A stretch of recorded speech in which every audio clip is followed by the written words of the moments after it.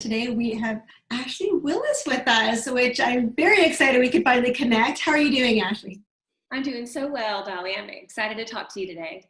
I know you have beautiful stories about, what you and Dave have overcome. And what are some of the steps that people kind of just to start them on that forgiveness or start those walls to come down when it comes to the intimate level? Dave had a pornography addiction that I was unaware of until, early into our marriage. And I found it. I found the evidence of this on our computer, which was in a basement. And that's rule number one, is you don't put a computer in a dark basement where you can hide and continue your pornography addiction. So, those are things that we learned. But Dave, I approached him with it. He came out with it and was, he said it was like the worst day and the best day of his life all at once, because he had been holding that and thinking like, it's just going to go away. I can never let her know because she won't see me the same.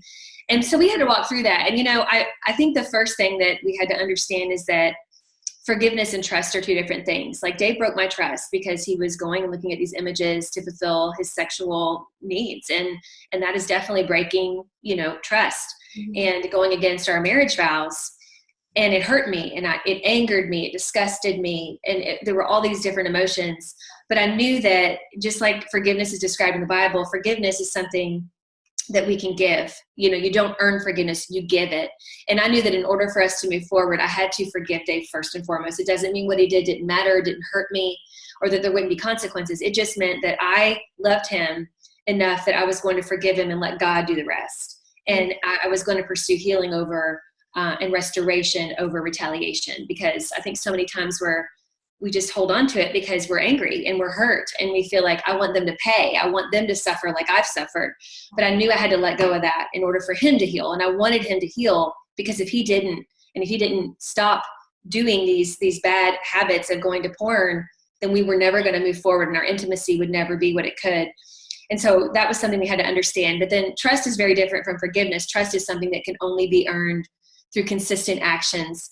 And so in order for trust to be earned, in order for Dave to earn my trust again, he had to, he had to know that I forgave him, and then do those acts that he had to do necessary. So we put filters on all our computers. We still have that till this day, filtering software and accountability software. But little by little, he did the hard work, and I kept on issuing that kind of olive branch of saying, like, you can do this, and I forgive you. You're not defined by this.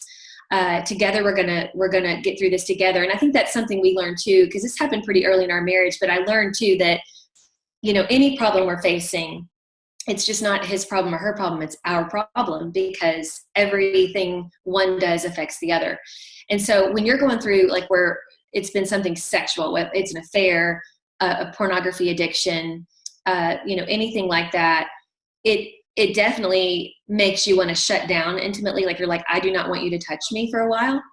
And I think that it's okay to have a very short time where you allow yourself to heal if you've been the one who's been wronged, but you also, it's not to punish your spouse per se, but just to kind of allow a little, like, the dust to settle, so to speak.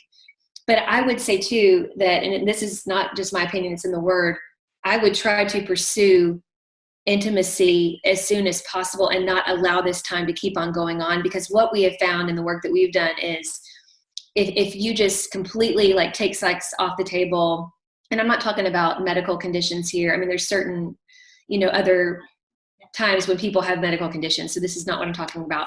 But when you're choosing to just completely not have sex, it really breaks down your marriage, and it causes more distance. And so you just little by little try to have sex once again, but you allow the person who has been hurt to really set that pace.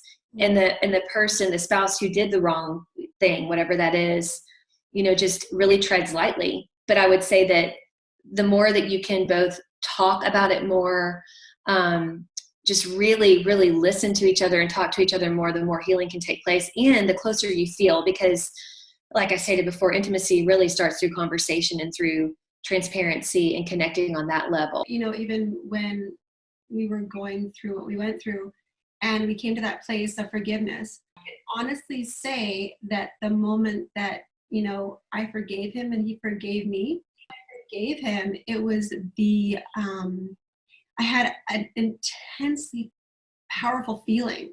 Like I felt powerful. Almost like giving forgiveness was the biggest gift that I could give.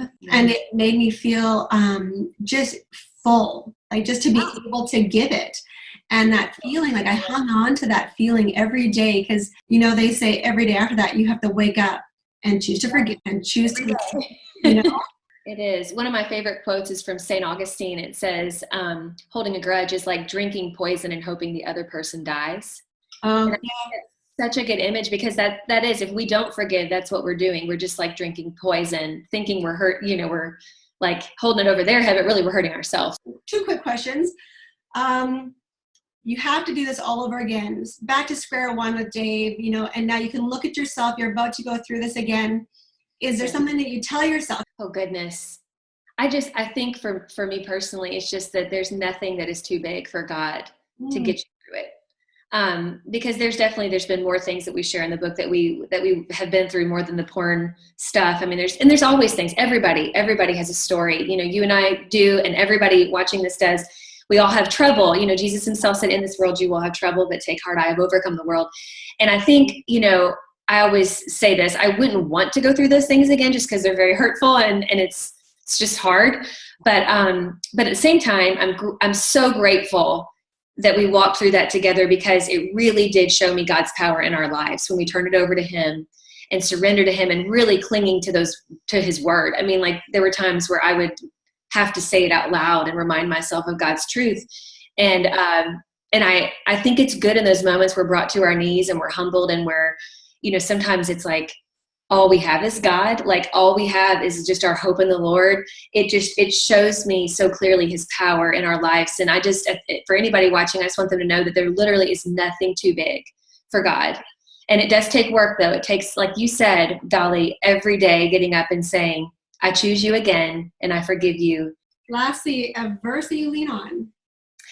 Oh goodness. There's so many that I love, but probably one of my favorite verses that I still to this day lean on is Proverbs 3, 5, and 6. And that is, you know, trust in the Lord with all your heart, lean not on your own understanding, and all your ways acknowledge him and he will direct your paths. Because I think so many times, at least for me personally, my struggle has been trying to analyze things and figuring it out myself.